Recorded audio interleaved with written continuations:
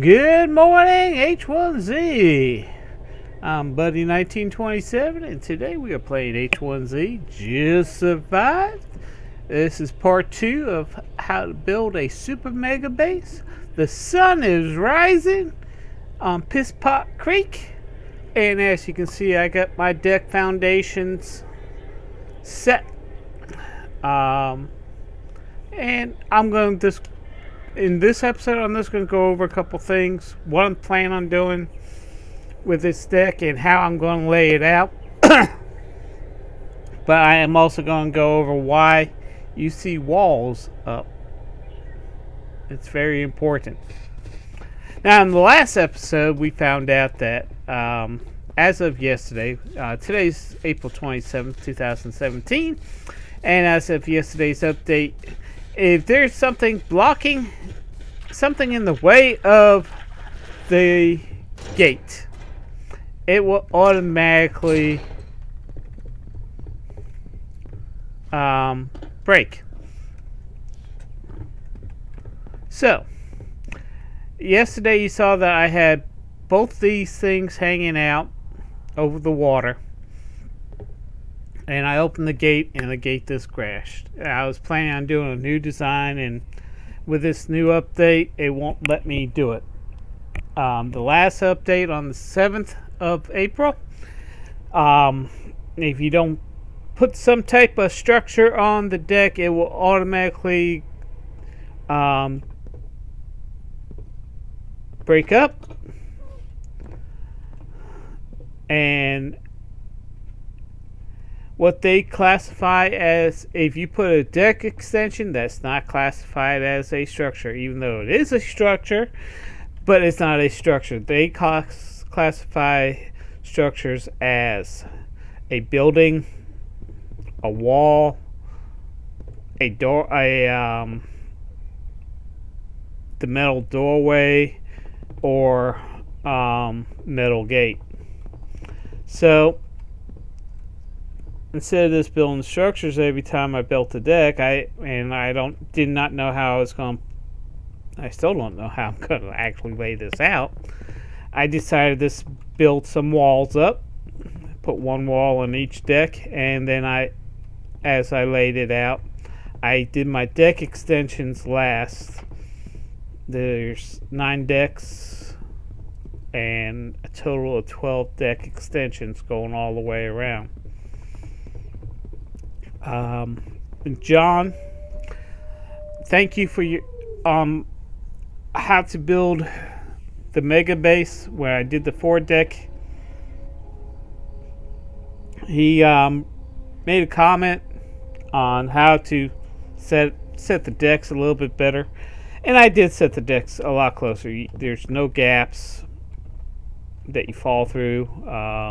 There's little to next to nothing in gaps. On this side, yeah, that's not too bad. It's pretty well straight, and you can see each deck has its own thing. I did add on north side, I did add another gate and a ramp. But when you come over here to the north side, the west side is straight. You come over here to the west side, it is way out of whack at the final end.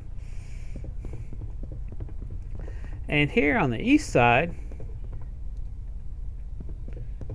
it's even more out of whack.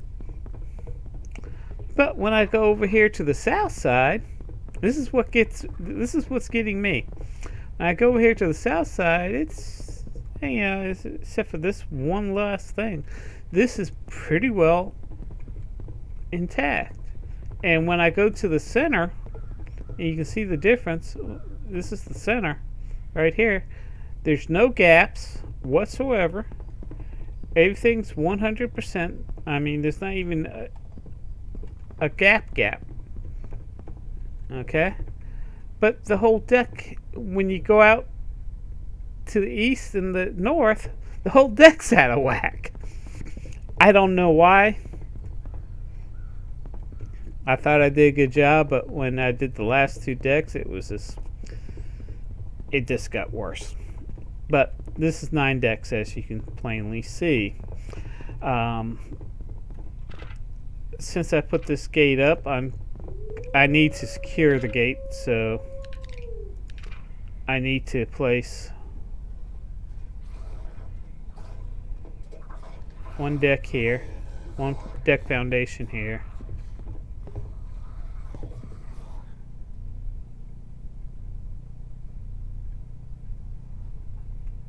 Let's see where it is. Okay. And we'll put another, so that way it's a little harder for them to climb up onto this deck.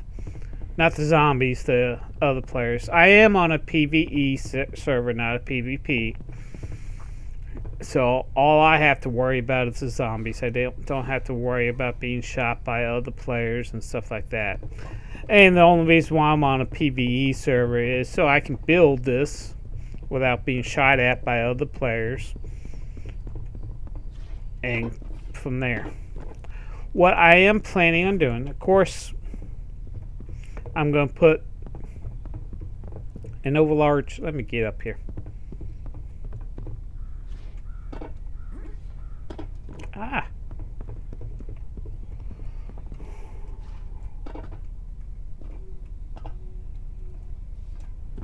I am going to put a upper large shelter going across the gate here, so when somebody backs a Jeep up, they can't really climb up over the gate.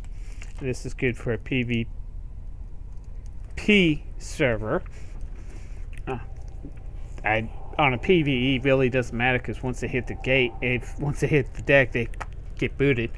But on a PvP server, this prevents other players from hopping the gate. They have to blow up the gate.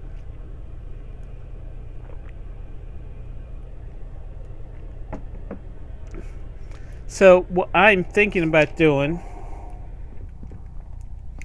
is on this deck have one of the large structures hanging out, and then every other one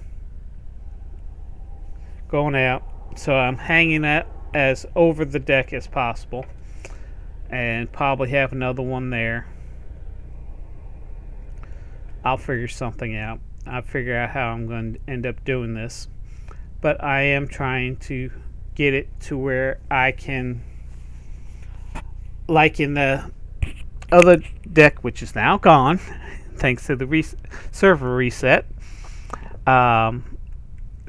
since the other deck is now gone, but I was able to walk 360 degrees on the upper levels, and I still want that going throughout here. So I'm going to figure something out on how I'm going to do this and go from there. On this one, I'm not worrying about.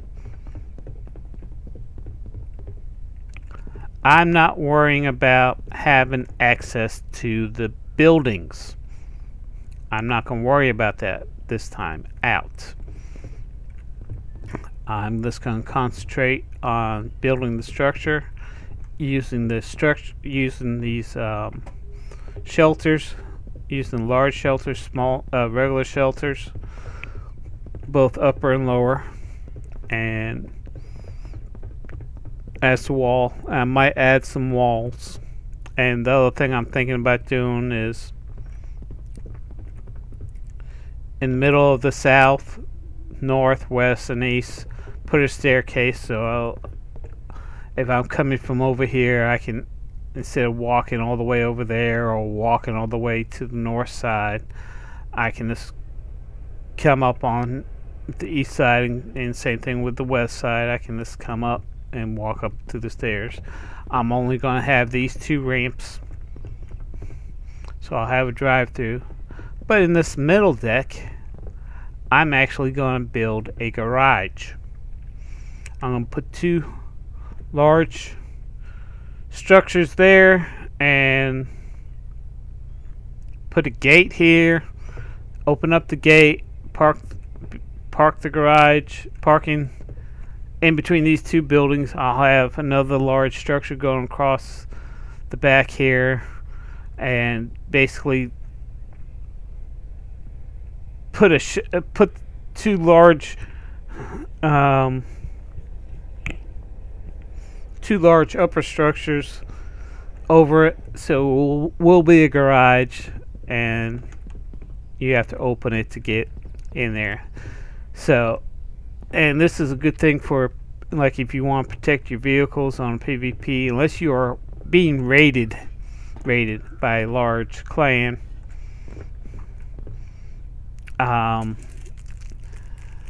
If they blow open the one door, they have to blow open the other thing, and since you got all these different buildings, you can figure out where you want to keep your prized possession. But this will actually lock somewhat.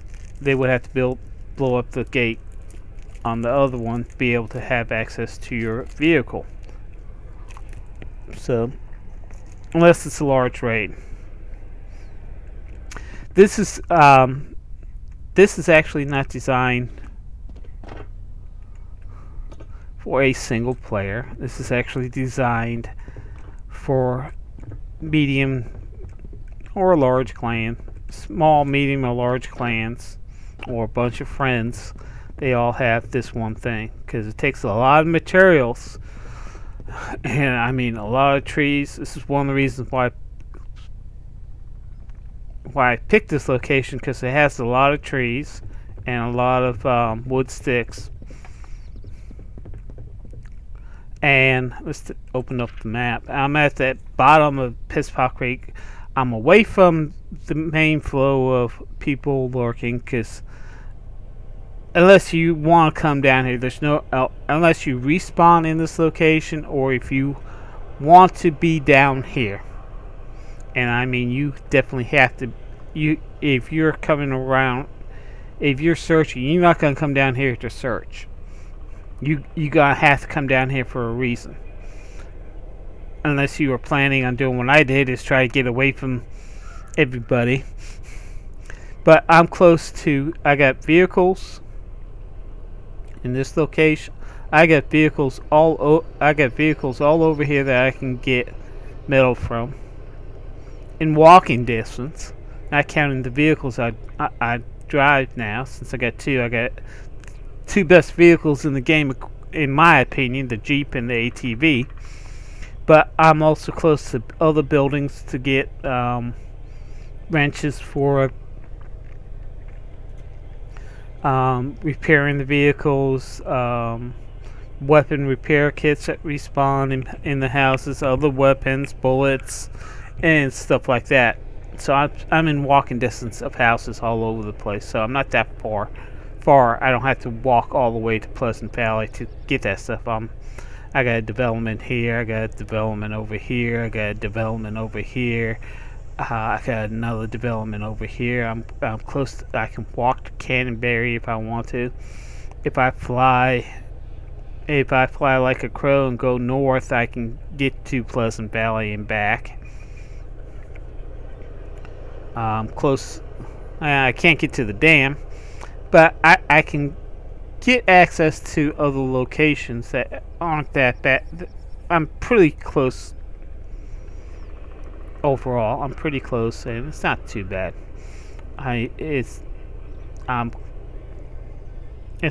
You're not that far away from everything. Plus, you got berries over here. You got deer and wolves and bears around here. You got zombies. You got zombies. Of course, this is a zombie apocalypse game.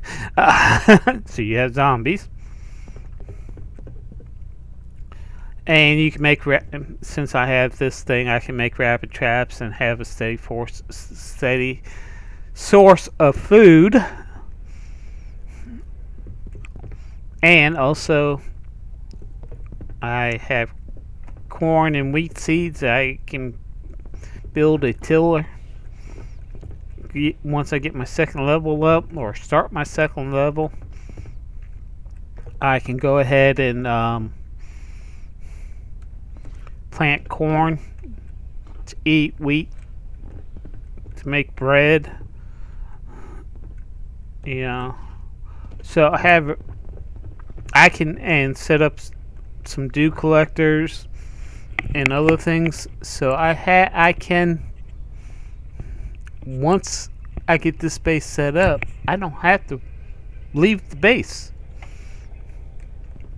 I can stay on the base. I'll have meat, and when I set up my animal traps, I'll have rabbits, I have corn, I have wheat to make sandwiches. I have a ready supply of water, so I can actually don't have to leave the base. I got everything here that I need to survive the game until the next reset. Server reset, when they wipe the server, and you gotta start from scratch. So it's if you're playing this game as you go and live in here, well, you can. And maybe one day, since from the time video games first came out to what they are now, it's changed a lot. I mean, my first video game was at the video arcade. That's the only way you had video games, was that you had to go to a video arcade and put in a quarter, or actually the first video game I played was a dime. But you put in some change and you play the game, and you had so many lives, and once you lost your lives, you had to put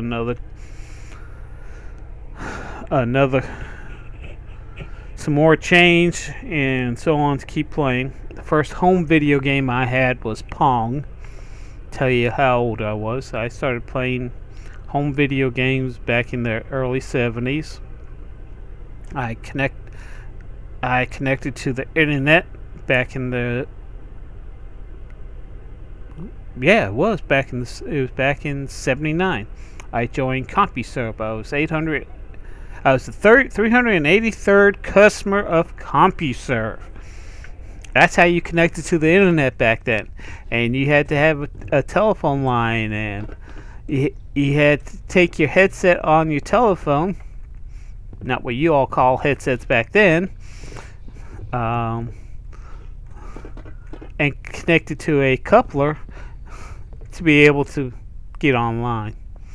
And games have now gotten a lot better, and who knows, maybe in 20 years you can actually,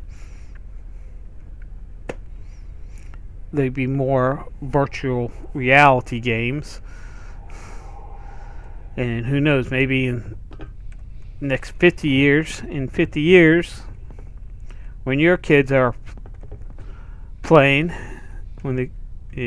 if I have some kids watching this video, maybe your kids, when they're playing, can actually produce in the game food, and food for them to eat, not just well, it's getting to that point now.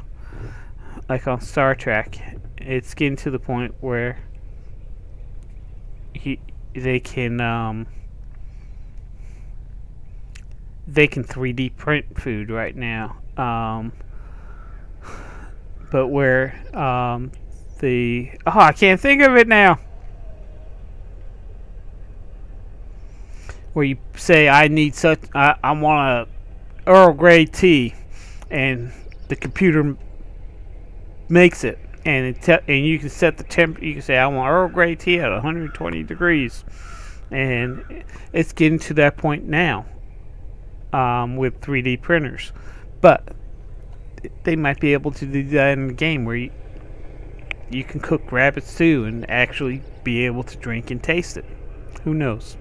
So, if you like this video, please like us on YouTube. Follow me on Twitter, Facebook, Play.me. When I go live, when I do these behind the scenes on me gathering stuff. You can watch, comment, and see what I do this to gather all this stuff that I need, because I need a lot of metals, and there's two types of metals: scrap metal and sheet metal. And I need more sheet metal than I do. Speaking about hunger.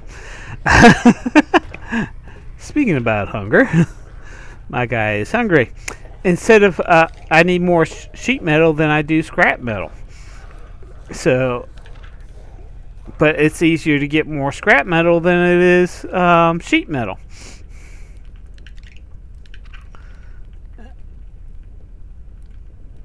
So it's just one of those things.